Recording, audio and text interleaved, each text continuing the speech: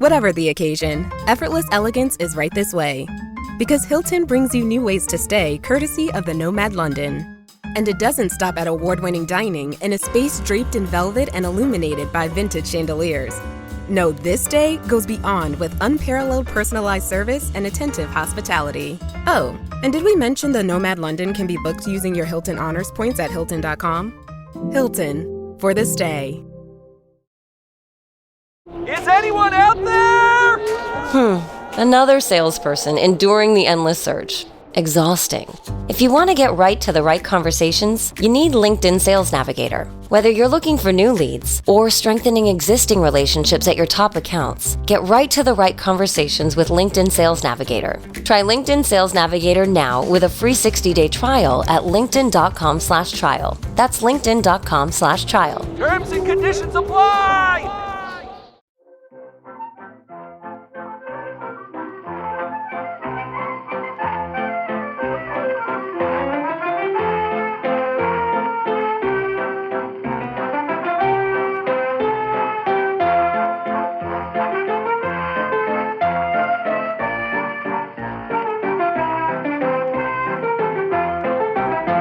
Hello and welcome to Backlisted, the podcast which gives new life to old books. Today, you find us in the drawing room of a small cottage in the Thameside village of Lower Halliford, watching a family interact. It's 1853. An elegant woman holds a baby. The man complains bitterly of stomachache. There is a novel open on the table, Adolphe, by Benjamin Constant, the tale of a young man who falls in love with an older woman. I'm John Mitchinson, the publisher of Unbound, where people crowdfund the books they really want to read. And I'm Andy Miller, the author of The Year of Reading Dangerously. And today's episode of Backlisted is a little different. We're dedicating it to our friend and former guest, the legendary publisher and writer Carmen Callil, who died a year ago on the 17th of October, 2022. Carmen joined us on a couple of occasions, and the first of which was to discuss Elizabeth Jenkins' novel, The Tortoise and the Hare. And as we tend to do on Backlisted, we asked her where she was when she first read that novel. And it's the question we always ask, Carmen, which is, where were you when you first read this book? Do you remember? No, I don't. I don't remember. But I think I would have been living in Hammersmith. I think it would have been then, about 1980, something like that. And at that time, I used to go and have supper regularly with Rosamund Lame and Anita Bruckner. And why are you laughing? Andy's such a I'm mopping my brow with, I'm so thrilled. Please carry on. Can you imagine, listeners, how that wasn't just a good moment in the history of Backlisted? It was one of the happiest moments of my recent life. Sitting with Carmen for a couple of hours and hearing her reminisce about the incredible work she did, friends she made, and authors she knew. She very kindly read a copy of The Year of Reading Dangerously after she'd been on the podcast and sent me a really lovely, thoughtful letter about it afterwards, which obviously I treasure. So this show is dedicated to her. You heard her there. And the book we'll be discussing is one of her favourites and the suggestion of her friend Rachel Cooke, who is back on Backlisted. And she's phoning us apparently from North London, which listeners will know is very unusual. Hello, Rachel. How are you? Hello. Rachel previously appeared on episode 11, all the way back in April 2016, which introduced us to David Seabrook's unforgettable All the Devils Are Here, and more recently with Carmen herself on episode 102, which was dedicated to the novelist Elizabeth Taylor. Rachel writes and reviews regularly for The Observer, is the TV critic for The New Statesman, and since 2010 has chosen the graphic novel of the month for The Guardian. In 2014, Virago published her brilliant career, 10 Extraordinary Women of the 50s. Next month, Weidenfeld and Nicholson published Kitchen Person, a collection of her Observer food columns. And in 2024, she will release the Virago Book of Friendship, an anthology dedicated to the special pleasures, intensities, and pains that is female friendship. Two things I want to say to you, Rachel. The first is the pleasures, intensities, and pains that is female friendship. What was it like being a friend of Carmen's? It was the best thing in the world. I mean, she was a pain in the arse. She's very difficult, but I think all the best people are difficult. But I got the best of her, really, because I never had to work with her. So I was only ever a friend. And we had a very, very intense friendship. She was... it's very hard to explain because she wasn't maternal at all, but she was maternal to me, I suppose. I really, really loved her. She would email me every single Monday morning to tell me what she thought of what I'd done in the day before's Observer. And as you can imagine, I miss that very, very much, I'm because sure. she was my reader, really. And I feel, she was absolutely, she was brilliant. She used to come here for Christmas. We used to go on holiday. We were very, very close. And I loved her. And it's like losing a very beloved person, but also losing a huge library that has been knocked down. And for me, it was, I used to Rolodex through her brain. And I really miss that. The book I'm working on at the moment, she would have been able to do it for me. And it's quite annoying that she's not around. Hey, did she ever read All the Devils Are Here? I don't think she did. Although she read everything in the whole world. I mean, it was bizarre. She's amazing. But I don't know if she did read that, no. And how do you feel about, you and we can claim a sliver of credit for bringing that book back into the world? It's since you came onto Backlisted and talked about it 7-8 years ago, it's sort of achieved some status as a modern classic. How do we feel about that? We're still loyal to it, right? Yeah, I feel a bit proprietorial. I'm always like that. It's like, well, I just, that was my book, so just what's out? Yes, we know that feeling. I know. I mean, in general, obviously, I feel good about it. I feel happy about it. So many people have talked about that recording to me and about that book to me since. It was memorable for it was memorable for your puffin, apart from anything else. Yes, the puffin's still in the residence. A few listeners will be relieved. Good, that is good. We're also joined today, hooray, by Lucy Scholes. Hi, Lucy. Hi, everyone. Lovely to be back. Lucy is a Backlisted regular and a notable Virago fan. And this is Lucy's 6th appearance. 6. Having previously joined us to talk about Barbara Cummings, Anita Bruckner, Penelope Fitzgerald, Jack Higgins. No, I'm only joking. I wish. Penelope Mortimer. Shirley in fact, not Jack Higgins, Penelope Mortimer. That's strange, isn't it? And most recently in July for the episode on Margaret Drabble's The Millstone. Lucy is a senior editor at McNally Editions, a series of paperbacks devoted to hidden gems. She hosts Our Shelves, the Virago podcast, and wrote the Recovered column for the Paris Review about out-of-print and forgotten books that shouldn't be.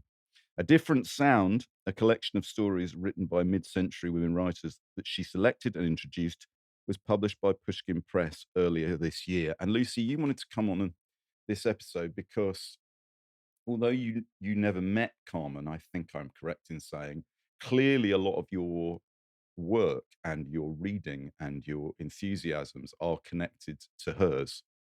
Yes, absolutely. I owe her a great debt, as I do all the women who worked at Virago over the years. So it's a great sadness that I think. I'm trying to think if I did. I think I might have bumped into her at a party occasionally, but I never got to know her at all.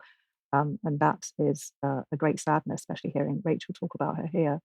But yeah, she's been hugely influential over my reading life and I suppose my writing life as well. Lucy, can you recall the first Virago modern classic that you read, or the first time you remember reading a book and thinking, this is interesting. This is published by this particular publisher, the Green Spine, what have you? When you first asked me about that earlier, I was thinking, oh God, I actually can't remember the first one I read. I was really embarrassed. But then listening to Carmen say she can't remember when she read something like The Tortoise and the Hare, There you are. I don't feel quite so bad now. But I think I would say that the first one that really made an impression on me was reading Dusty Answer by Rosamund Lehman, actually, when I was an undergraduate.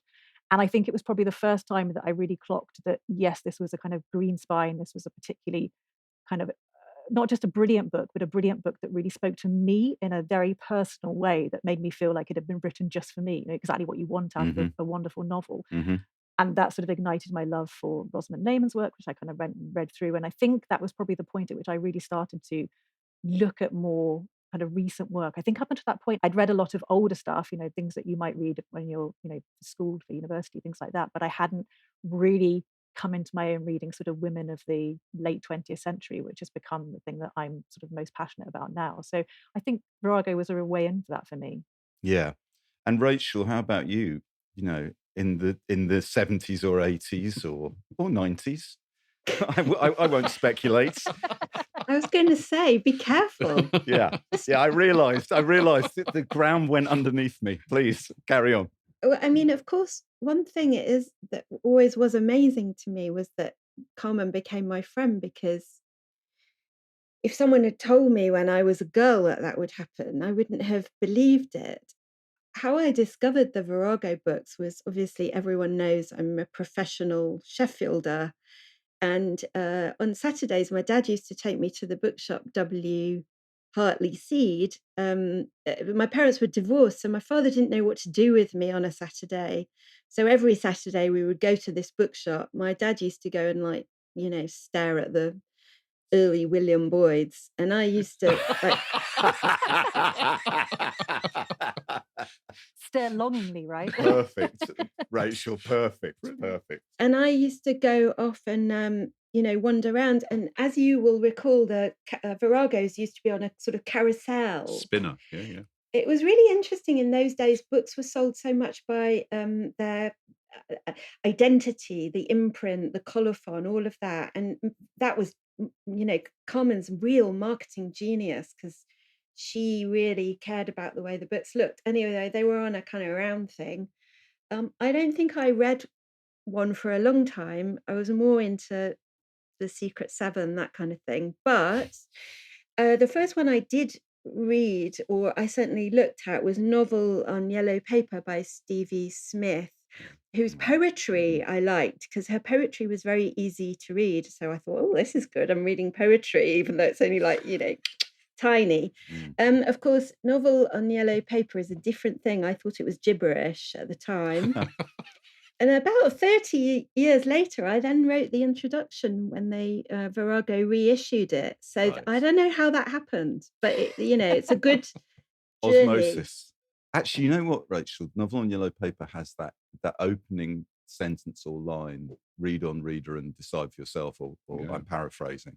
Yes. But that's not so very far away from the tone of the book we are about to talk about, John, which is... The book that Rachel's chosen is The True History of the First Mrs. Meredith and Other Lesser Lives. It was originally published in 1972 by Alfred A. Knopf in the US, and the following year in the UK by William Heinemann, and has been reissued in 2020 by as a New York Review of Books classic.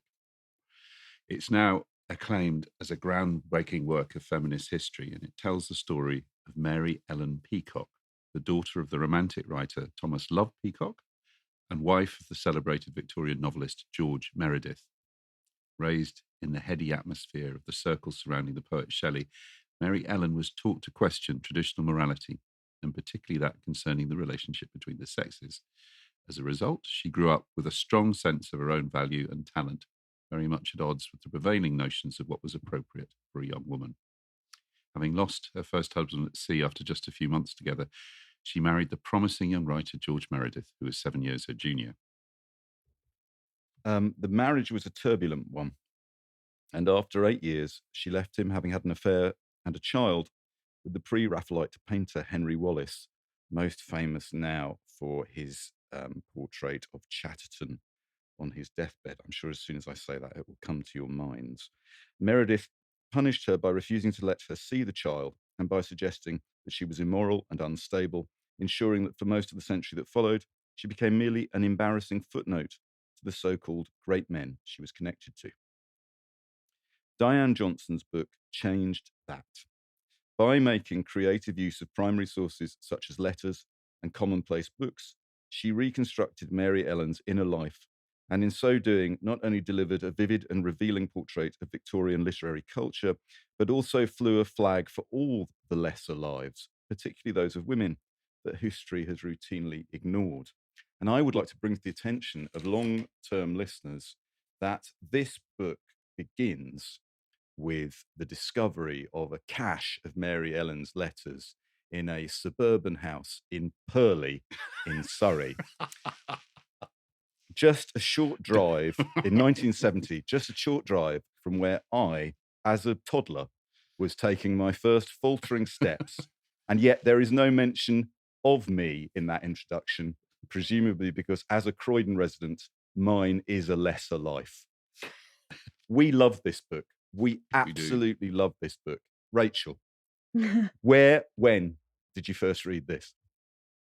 Well, I had wanted to read it for a long time because a book I love is Parallel Lives by Phyllis Rose, which is about Victorian marriages, George Eliot, people like that. And Phyllis Rose completely sort of copied. I mean, Phyllis is open about this. She got the idea for her book from Diane Johnson's book. So I had wanted to read it for a long time, but I hadn't really got round to it. And then New York Review reissued it. And the reason really why it came to my mind for today is partly because of its subject connects to Carmen very much. But in the summer of 2020, do you remember we had that weird reopening and there were a few months where we could all travel so long as you had all the right bits of paper. And I took Carmen to the south of France to stay with some friends of ours, rather rich friends. Carmen was very sybaritic and absolutely loved to be entertained. This is a brief aside. We were in Terminal 5 at Heathrow. It was very, very quiet. Everyone was in masks, very few people around. It was very strange. And suddenly the sound of Carmen, like a parrot, telling the entire airport that she couldn't wait to get to France because she needed to buy some knickers from Monoprix. This is imprinted in my mind. Anyway, we arrived in this amazing place where we were staying at Cap Bernard.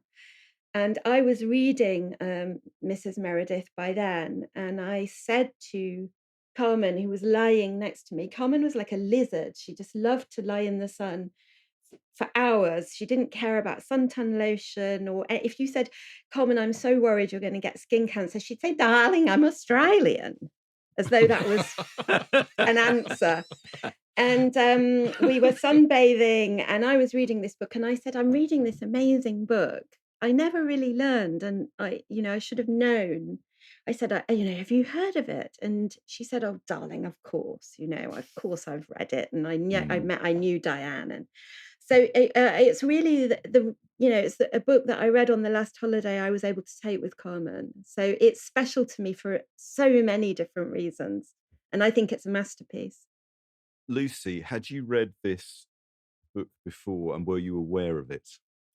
I think I was aware of it a little bit. I mean, I was aware of Diane Johnson as a writer, and I think I was vaguely aware of it on the sort of periphery of my vision. But I have a confession, I hadn't read it until you asked me to come on the show. And I think, I suppose another confession is that I'm always a little bit adverse to reading about the lives of Victorians and romantics. It's never been a particular... Probably not the right time to say this, but they've never been a particular interest in me. My interest much more lies in the 20th century and sort of women writers in that era. However, I have you a great debt of thanks, Rachel, because this was just a fascinating book to me. I mean, I'm in one way, I'm sure we're going to talk about this. I'm less interested in maybe the actual lives she's writing about, even though she makes them all sound wonderful. But the way that she talks about biography and the actual practice of biography in this book was sort of eye-opening and really wonderful. So it's made me maybe slightly rethink my choice about Victorian writers. John, were you aware of this book of Diane Johnson? I was completely unaware of this book until I got the email from Rachel suggesting it.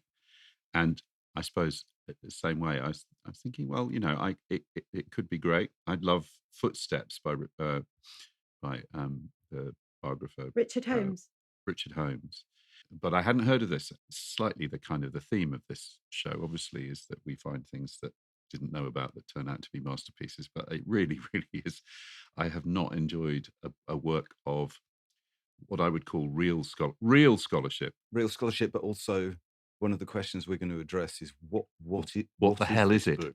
What is this book? Right. This is one of the subjects that I want to tackle. Good. I would just like to say I'd never heard of this book. And for which I actually apologise. I feel embarrassed, having read it, that I wasn't aware of it, because it's one of those books, Rachel and Lucy, that makes you feel, exactly as you were saying, it makes you feel it was written for you. Even though it clearly wasn't written for me, of all people. I spent the whole thing thinking, oh my goodness. And we'll come on to it. She does something towards the end of the book, which for me shifted it from being a really good book ascended into glory in the footnotes, which we'll come on to later in the show. This is what makes it all the more inexplicable that it's so obscure. Not just Phyllis Rose, who's written about it, and Vivian Gornick, who's written the introduction to the MYRB. I found reviews by V.S. Pritchett, our former guest Hermione Lee, our former guest Francesca Wade, our former guest Tessa Hadley, by Geoffrey Grigson, not our former guest because he wasn't available, by Margaret Drabble, by Peter Ackroyd. This was a widely reviewed book, both on its original publication and on its republication, by extremely well-known writers. All of those reviews, bar one, were very positive, and yet it seems to float away. What? I'm going to say something a bit, perhaps a bit controversial, but I mean, I read Tessa's piece. I think that this is a book that you need to write passionately about.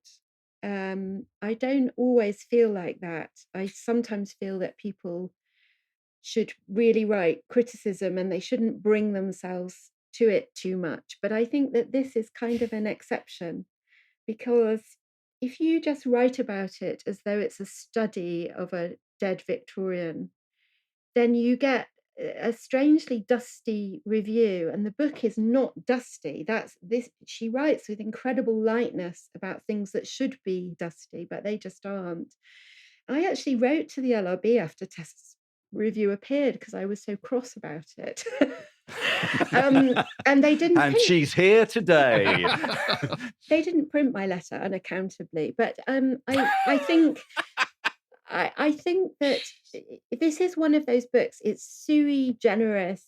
It's very hard to write about unless you do what we're kind of trying to do now, which is to say, my God, this book is living in my heart, and I can't quite explain why. It's so interesting. It's so moving. It's so huge in the things it encompasses. The number of people, the number of the eras, the clothes, the food, everything is in it. It's an everything book, and yet it's very short. It's not a long book. And I just think that all of those reviewers, you can imagine Ackroyd sort of, right, it doesn't work for that kind of criticism. I would just like to note that Peter, would you like to hear a bit of Ackroyd's review? Just going to make you cross, Rachel, and you're going to write to the Sunday Times in 1973. Mary Ellen was, to put it briefly, the daughter of Thomas Love Peacock and the wife of George Meredith. She was also the subject of the modern love sonnets, and it was to be expected that her role in literary biography would end there. We know from the example of Meredith himself how decent obscurity is to be preferred to a fame won at the cost of happiness. But Mrs. Johnson, for reasons that has as much to do with women's liberation as with literary history, has written this life. The style is that which in a less enlightened age than our own would be called the feminine. This is not, of course, denigrating. And on he goes.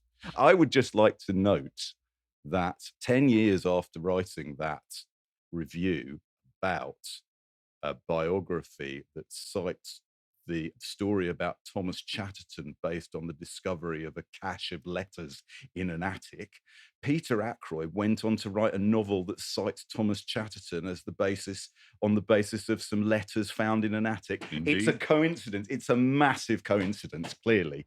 But nevertheless, Rachel, this was one of the problems that people had with this book, if they had a problem with it, is they don't know what it is. Even the recent reviews are saying, well, why does she do this? Why does she do that? That's not good academic practice. Lucy, did you find the refusal to adhere to a proper academic or generic template a barrier to enjoying the book?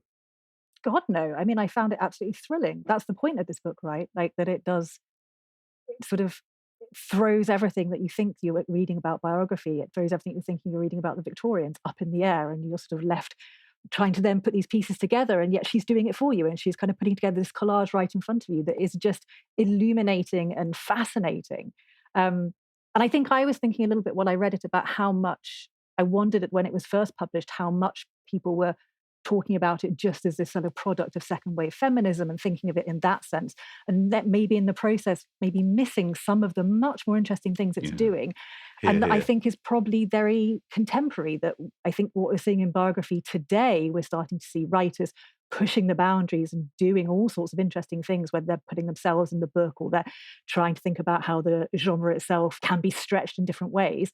And yet, here's Johnson doing it back in the early 70s. I so agree. It's a thing that, Rachel, you were saying as well, the lightness of it. It feels so contemporary in terms of tone and trying to find a fresh way to approach potentially a very dusty subject. Yeah.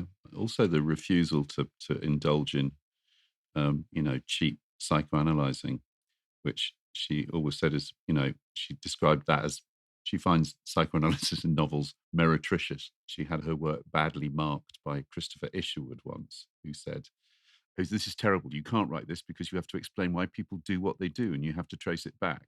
And she said, no, that's not what you have to do. You could do it differently. So I think on all those levels, you're quite right, Lucy. It is extraordinarily contemporary.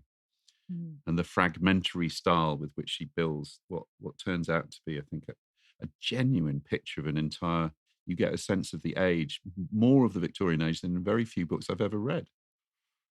Isn't that what Vivian Gornick says in the introduction? She says something about the genius of it lies in the decision to keep pulling people into the story of Mary Ellen and George, so that finally an age stands revealed, right? Absolutely. And we come away from it. I mean, I come away from this book feeling like I know more about the Victorians than I do having read countless sort of more kind of stuffy biographies or historical accounts.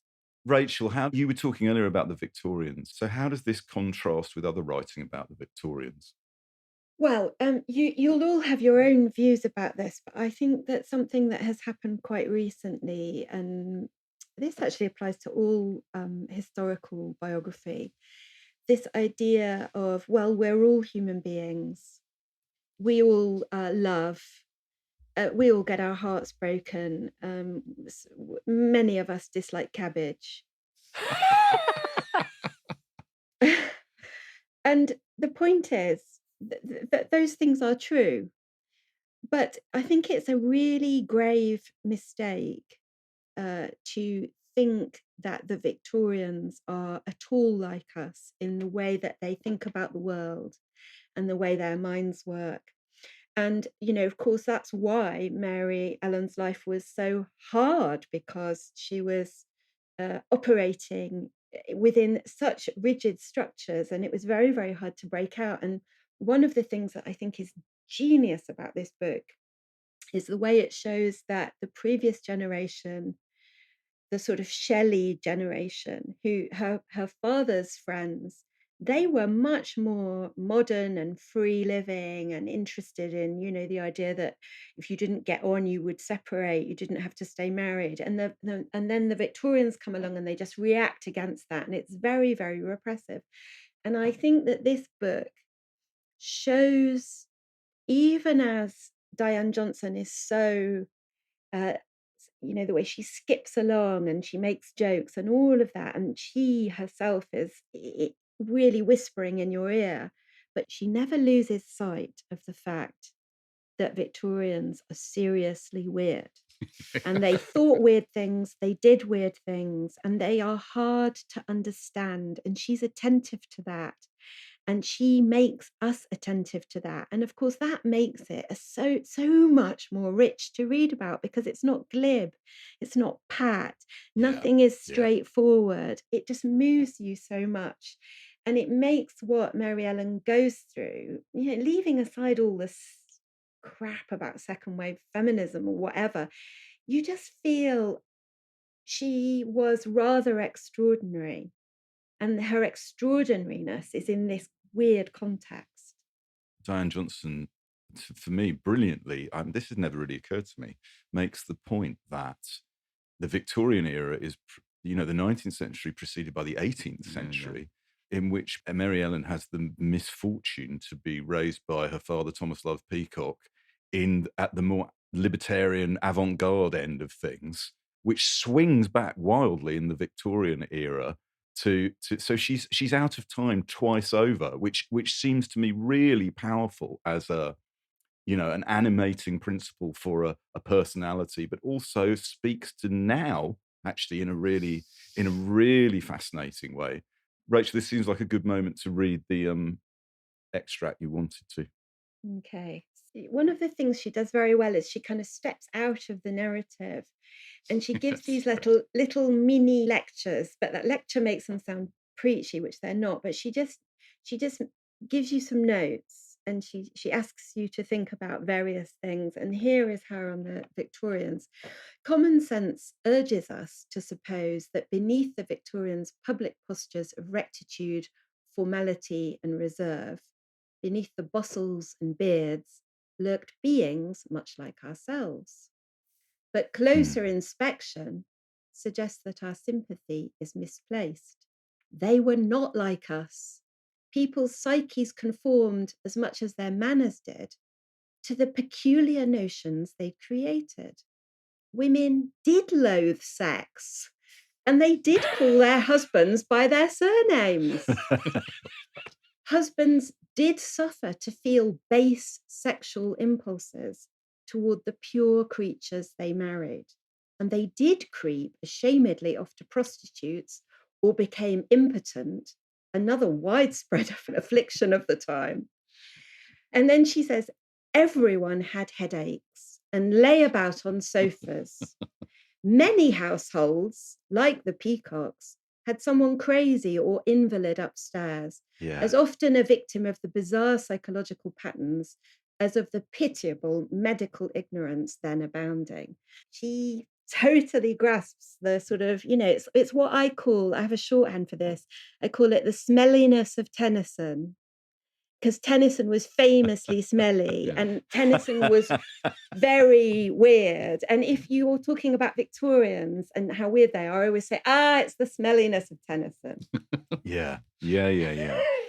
So this book is published in the early 70s. I assume this book seemed more confrontational in 1972 or 3 than it does to us now.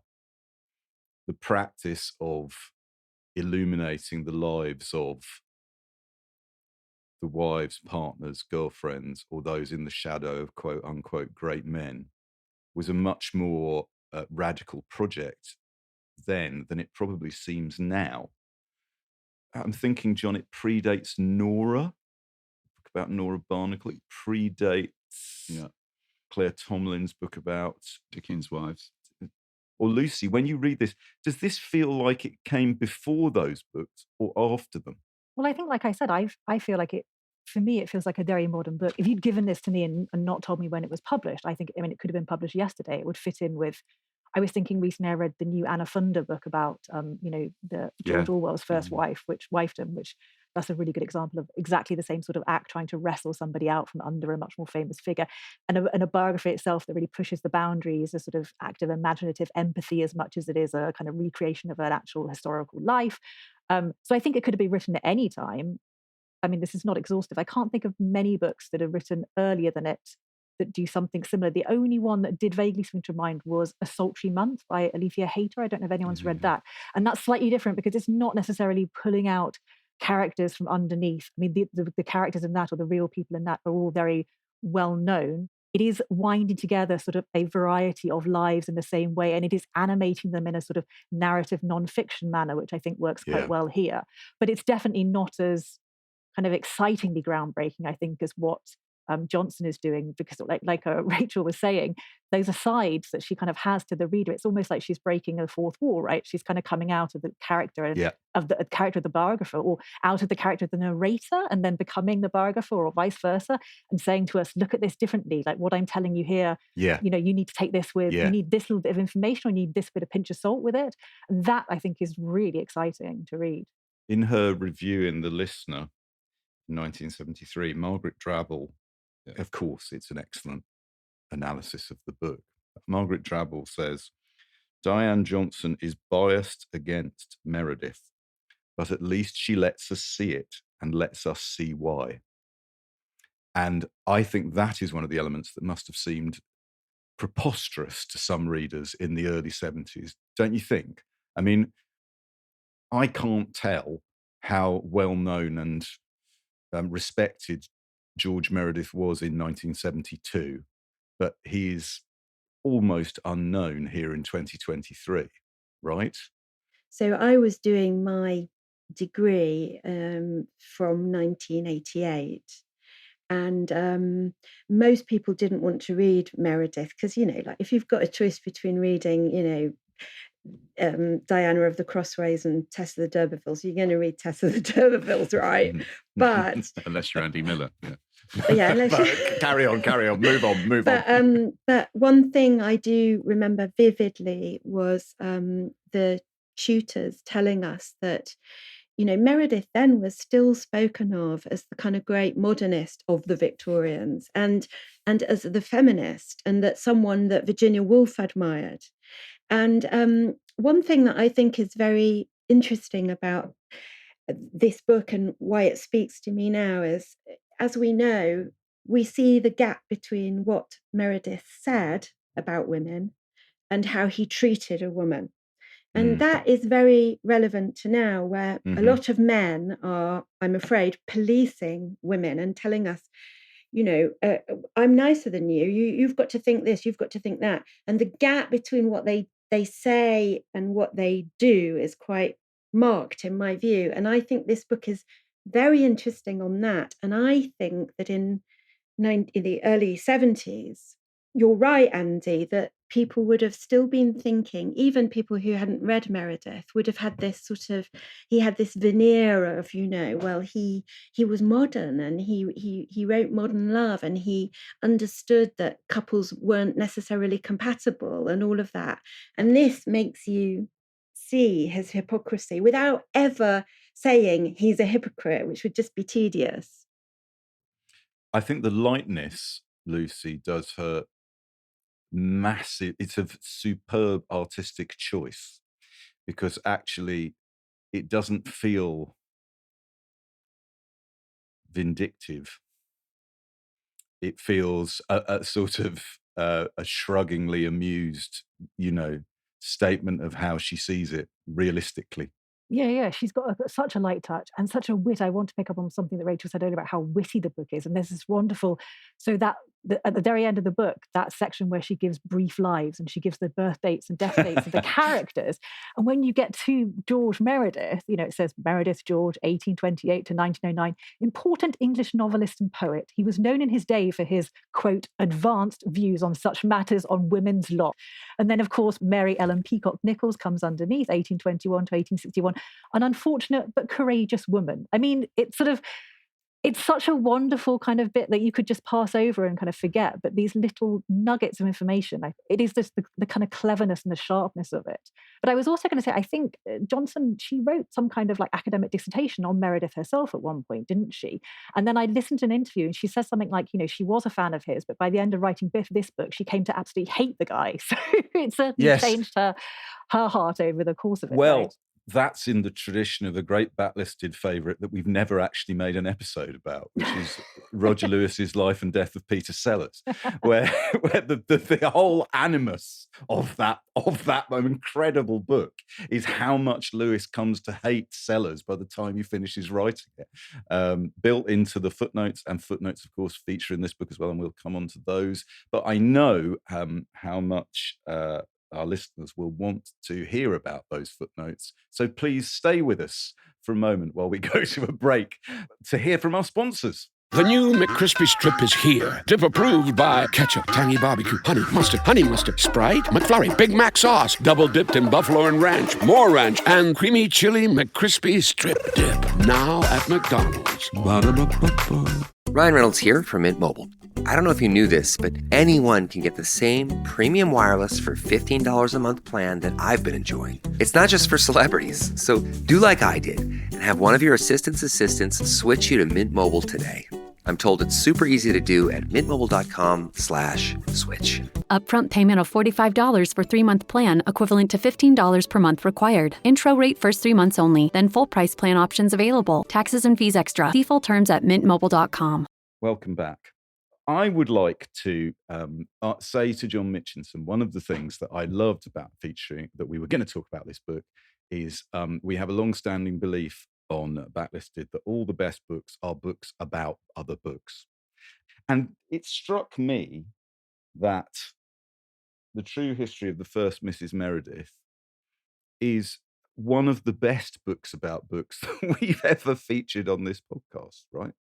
I mean, Rachel, you were saying about second wave feminism, and we should try and explain, I think, why this was perhaps radical in that context. But for me, reading it now, I was thinking, my goodness, this is so elegantly, wittily done to say to the reader, I barely know more than you do.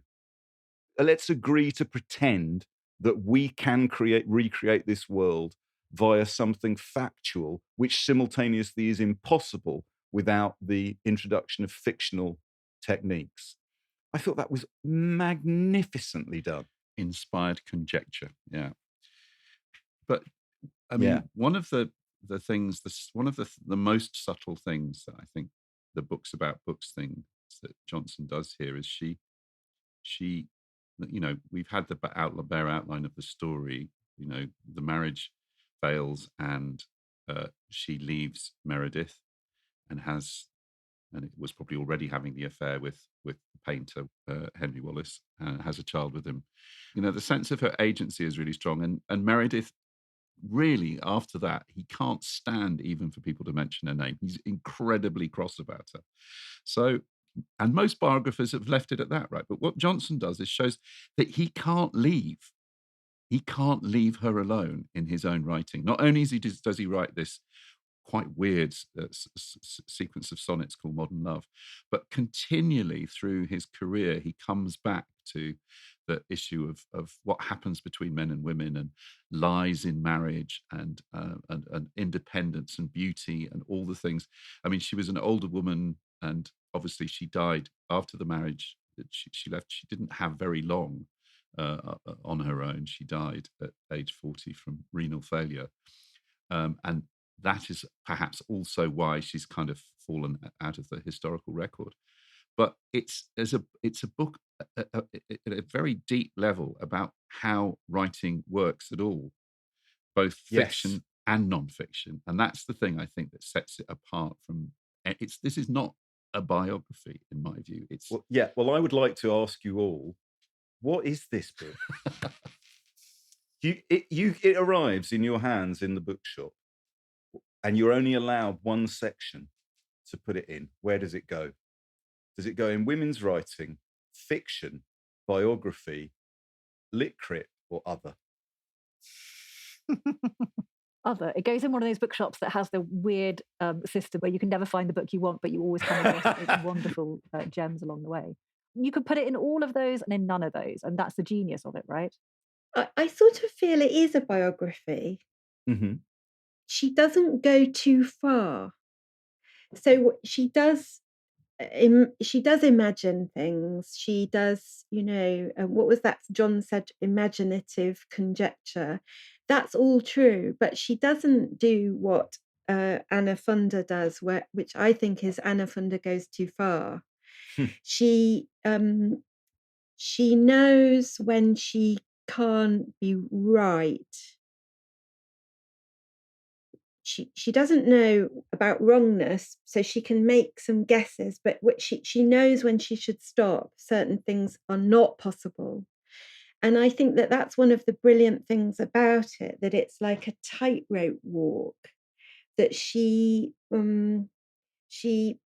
makes little guesses and she draws little pictures, but she never spoils it by saying something extreme. And I feel like if I was writing this book, I would ruin it, because I'd say something like, Meredith was just a pig. And she never does that, No, she really that's what podcasts are for, Rachel. I just, do you see what I mean? Everything, it's incredibly well judged. Everything in it is kind of true. The facts are all true, even when she pushes it.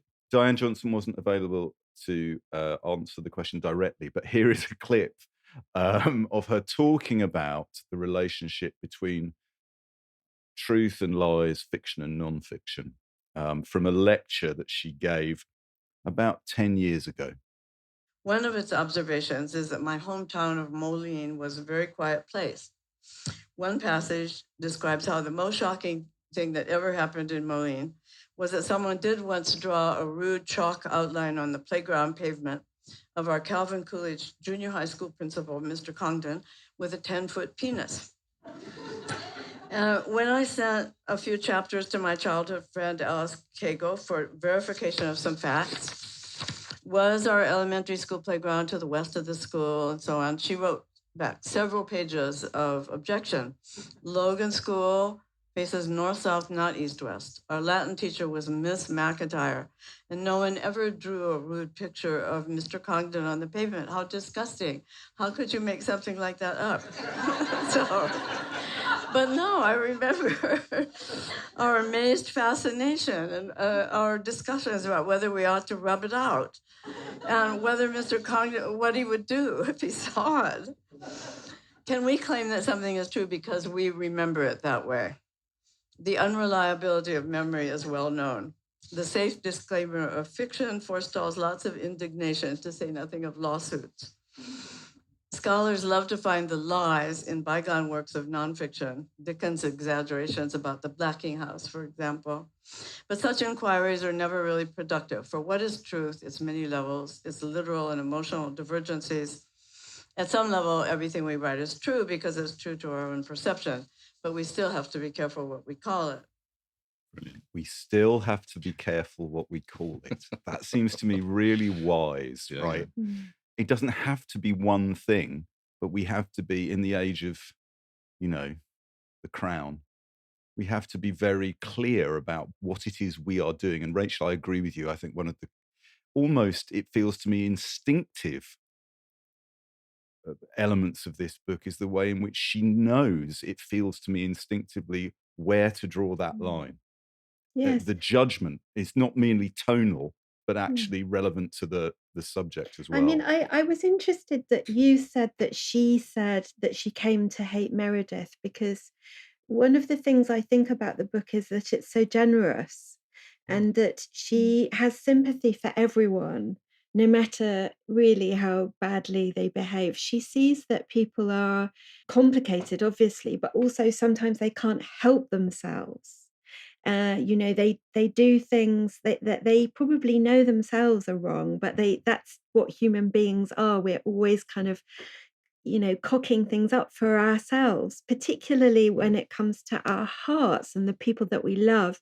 Yes, and I think that with Meredith and all of them, it's especially tender at the end where she writes about what Wallace did after she dies, and he just seems to be so in many ways sort of lovely, but in another way kind of distant and a bit like a Trustafarian. Yeah. But she's so generous, I think, to everyone in the book. And as Lucy said, she notices everyone. She seems to just have a very big heart as a writer. One of the things I felt about the book after I read it was when I went into it, I was thinking, lesser lives. Okay, that means chambermaids or women or passing characters. But by the end of the book, I thought, no, it does mean that, but it also means George Meredith. It also means the life as lived here in the way I can present it to you is a lesser life compared with Mary Ellen's life. A great man isn't necessarily a good man. That's one of the messages, I think, in it. But also a rebalancing of the account is very important. And it doesn't require a total reversal whereby a different set of people are demonized or marginalized. It just requires a subtle realignment. John? Yeah, I think that the subtlety is absolutely the thing, and not going too far, as you said. Some of us remember the, I think, ill-conceived fictional passages in Peter Ackroyd's Dickens biography. But she does take liberties. We love you, Pete. Come on, be a guest. Can I just read this passage because it gives you the set that this I think is pretty audacious for a book that is, to some degree or other, as I say, it's more than a biography in some ways. But this is her imagining that when Mary Ellen was buried, there were very few people there. Her dad Thomas Peacock couldn't face coming to the funeral, and went into a deep depression afterwards again, which you don't often get out of the accounts that have been written since she died. So this is visitation of ghosts at her grave. Next, some grislier shades appear, wet, dripping, adorned with seaweed and starfish and other regalia of the drowned. Two are young men whose permanently resentful expressions, fixed so at their deaths, are mitigated here by looks of sorrow and of cosmic anger in their glaring dead eyes. The first is young Lieutenant Nichols, Mary Ellen's husband, when she was 22. They were married for 3 months before his drowning.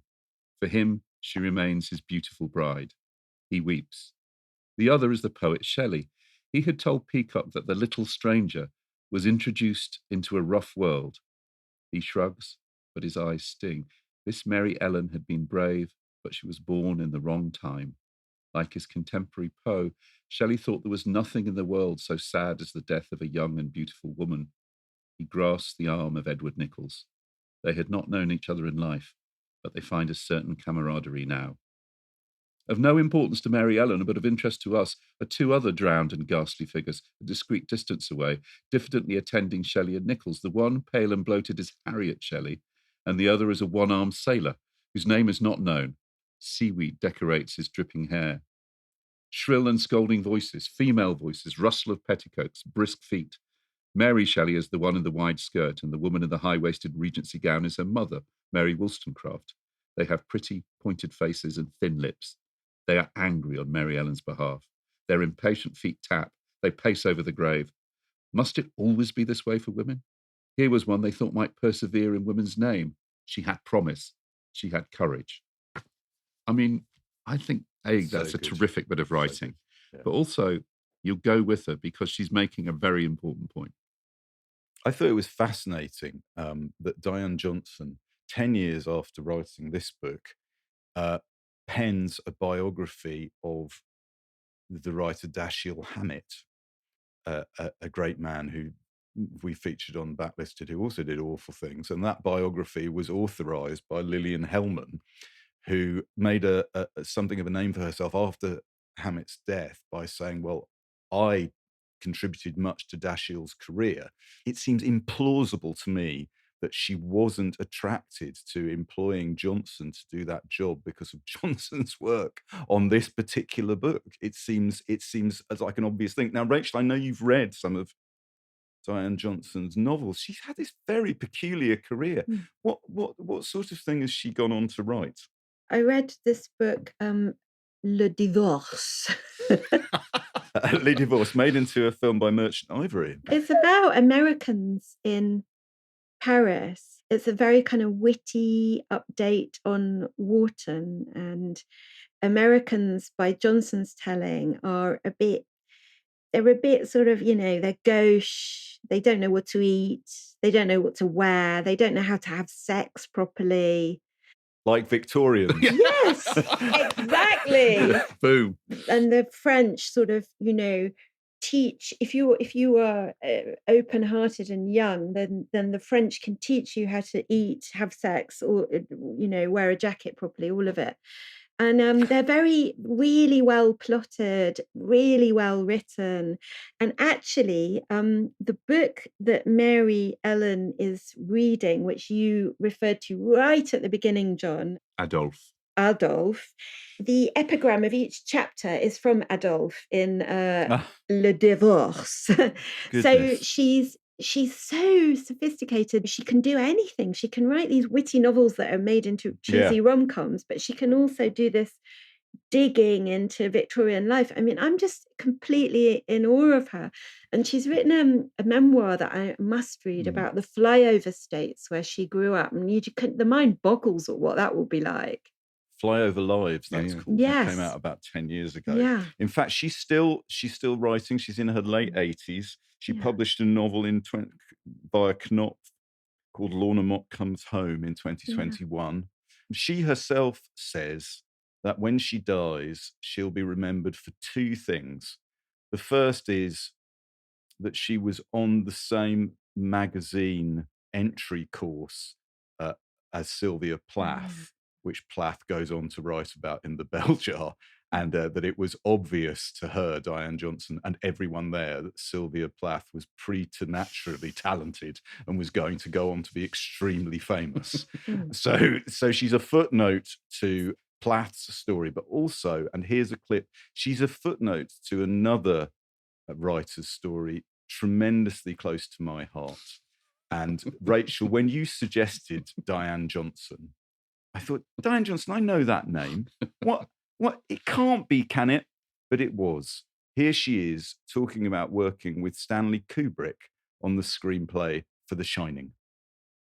It came about because he wanted to make a horror movie. He had investigated other genres, science fiction and so on. And now it was time to make a horror movie.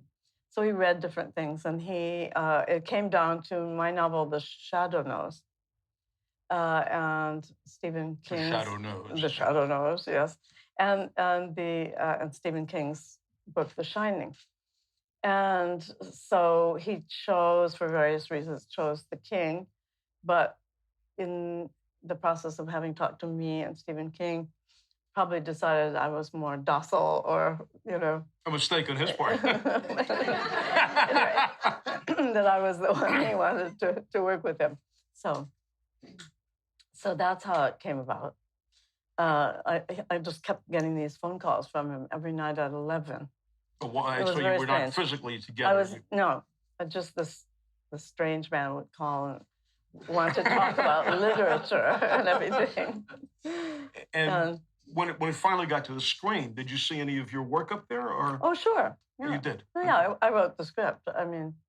Well, I understand that, yeah. but he went with it. He didn't necessarily manipulate it to his own. There were some changes. There were he was very involved in the process all the way along. I wrote it in England, sitting around his house basically. So there were no surprises by the time the script was finished. When it came to the shooting, he cut out a lot of Wendy's lines. Mm-hmm. In fact, so the wife Wendy who ended up the Shelley Duvall character really has very little to say, and in my version. She was more articulate. But apparently Kubrick hated her, or hated the way she was saying. Shelley Duvall? They didn't get along, he and Shelley Duvall. And he didn't like the way she would say the lines. And so he'd say, oh, then never mind, cut that. And so finally it came down to her just screaming a lot, basically. You probably remember. My favourite scene in The Shining is the scene where Shelley Duvall comes across the manuscript that her husband, Jack Torrance, has been working on, which says all work and no play makes Jack a dull boy over and over and over again for 500 pages. And that's not in Stephen King's novel. That is an invention of Diane Johnson's brackets and Stanley Kubrick. And it occurs to me, listening to that the process she so accurately pins in The First Mrs. Meredith then goes on to happen to her, which is, in one respect at least, she becomes a footnote to this battle between two quote unquote great men, Stephen King and Stanley Kubrick. That idea that the author of the screenplay of The Shining, a woman, can be vanished in the shadow of two great men arguing with one another over the true meaning of The Shining seems, and she predicts it in this book. It's a strange and uncanny thing. I also read something, or I listened to another interview I had with her where she said that the link she thought between Lesser Lives and what she did writing on The Shining was something to do with dropping character storylines, like knowing when to stop, when to like let someone go and pick someone else up, which I thought was quite fascinating because I hadn't at first, you hear about The Shining and her involvement. You think, wow, that's such a weird thing to do. But obviously there's a lot there about writing and writers. But I thought that was very interesting, that script writing taught her when to stop and start with stories. Well, we like a book about books on Backlisted, and Shining is perhaps the greatest film ever about how awful it is to write a book. So, Rachel, what I feel like we've done this the wrong way round. Mm-hmm. Do you think we should talk about feminism now? Well, there is something that I think is good about this book in a feminist way, which is that a lot of the sort of, with big quote marks around feminist biographies that I've read recently overstate the case of the woman. And I understand why they do that. But so, for instance, if we were to take Eileen Orwell as an example, she could have been a genius too, that kind of thing. And what I like about this book is that Diane Johnson doesn't make any great claims for Mary Ellen. She says how clever and lively and witty she was, and actually how independent she was. But she doesn't sort of say, she was a genius and if only we could rescue her. And what's fascinating about it is that it's left to Mary Ellen's daughter to have a career, because she ends up running this cookery school and she continues to run it even after she marries. And of course, she learned about cooking from her mother and her grandfather, Thomas Peacock, who were these great greedy pigs, a bit like me. And so I love that about the book, that Diane Johnson, it's again a case of not going too far. She absolutely sees Mary Ellen, but she doesn't overstate her case. And then she brings us Edith, the daughter, right at the end, who's, making pies and teaching people to make pies. And that, I just find that so wonderful. There's something incredibly cheering and inspiriting about it for me. That's wonderful. And it's true to say, I suppose the link with Carmen's publishing, it seems to me, was always motivated by, I remember her saying to us, actually, John, was there something interesting about it? Was there something good about it? Not was there something on message about it, though that obviously was an important part, but did it pass muster? Was it good? And I assume, Rachel, she liked this book, even though it clearly was old news to her. It feels so part of her project. Yeah, I mean, this is so her kind of thing, and you're right about that. I mean, you know, famously, Carmen had this thing, she used to talk about the Whipple line, which is that she thinks that Dorothy Whipple was a shit writer and that she would never be published. She would never be published by Virago. And of course, that makes Nicola Bowman, who runs Persephone, absolutely livid. But Carmen's view was things have to be interesting and good. And to just be something by or about a woman isn't enough. That is, in a way, that's counterproductive. You know, that's how Carmen saw it. And I think that that's definitely the case with this book. As you say, it's not about formulaic reclamatory history. It's about whether it's well told. It's always about, for Carmen, it seemed to me it was always about the actual quality, the actual literary quality of the books that she was publishing. Totally. And that's why she used to get so annoyed about people writing certain men off, you know, on the grounds that I've used the word already, pigs. And so she didn't go along with that, because her view was, well, let's look at the book and we'll think about the book and then we'll think about their character. And that's definitely a play here, isn't it? That, you know, you don't come away loathing Meredith. In fact, I actually feel more curious about him than ever. Yeah. And I love looking at the pictures of him. He's rather a beautiful looking man, in my view. Don't objectify George Meredith. I'm going to do a Victorian hotties calendar. Meredith, the centerfold. You could feature John with that beard. Do you know what, Rachel? Mitch has been making 197 episodes of this podcast so that finally someone will refer to him as a Victorian hottie. Yeah, there you go. I could not be more happy. I'm afraid that's all we've got time for. Thank you to Rachel for suggesting what I hope we've demonstrated as a stone cold classic, to Lucy for adding her usual depth and perspective to this discussion, to Nikki for making us all sound even more professional, and of course to Carmen, who would surely have been lobbing in astute observations, brilliant insights and marvellous gales of laughter had she been able to join us. If you'd like show notes with clips, links and suggestions for further reading for this show, and the 196 that we've already recorded, please visit our website at backlisted.fm. If you want to buy the books discussed, visit our bookshop at bookshop.org and choose Backlisted as your bookshop. And we're still keen to hear from you on Twitter, Facebook and Instagram. If you want to hear Backlisted early and without ads, subscribe to our Patreon, patreon.com/backlisted. Your subscription brings other benefits.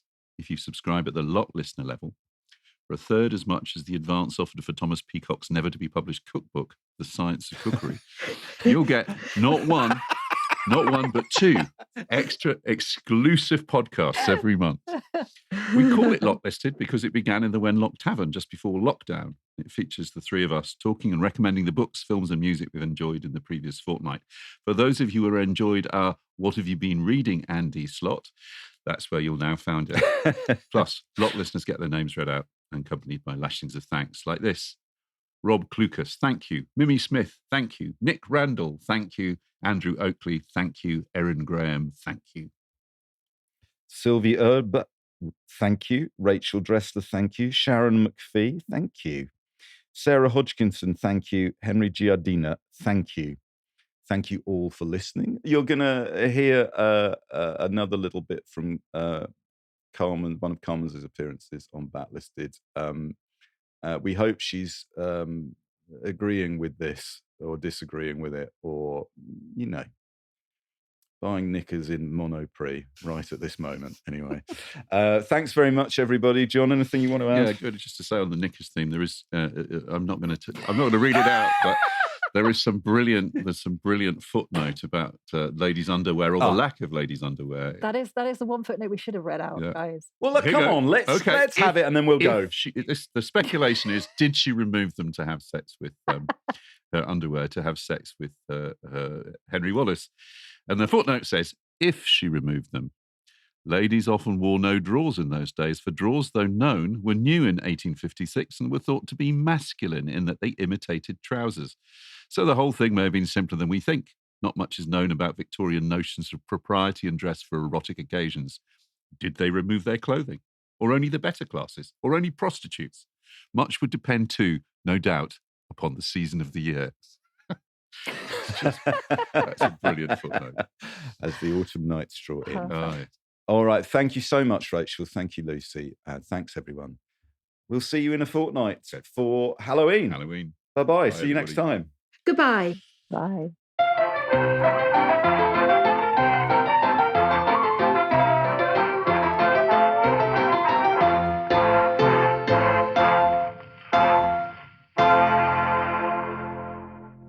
Yes, but can She we never discuss married. now for about 24 hours female masochism? Let us not draw breath on the subject. Let us drone on and on and on and on and on. I'm sure our producer will have something to say on that topic. And you see, what is so extraordinary about Elizabeth Jenkins, she knew about it because she was an exemplar of it. Yeah. And that's what they do for their men, in those days. In those days? They did. Because what they got as a reward was the protection of a great strong man with a jaw of an iron box. But many of the writers who wrote introductions to these novels when I first published them now, 40 years ago? Republished them, sorry. Or a different class of writer, it's wonderful to think how much women's lives have improved, because there's always the element of astonishment when you read a novel like this, to think what women suffered before everybody tried to change their lives in the Western world anyway.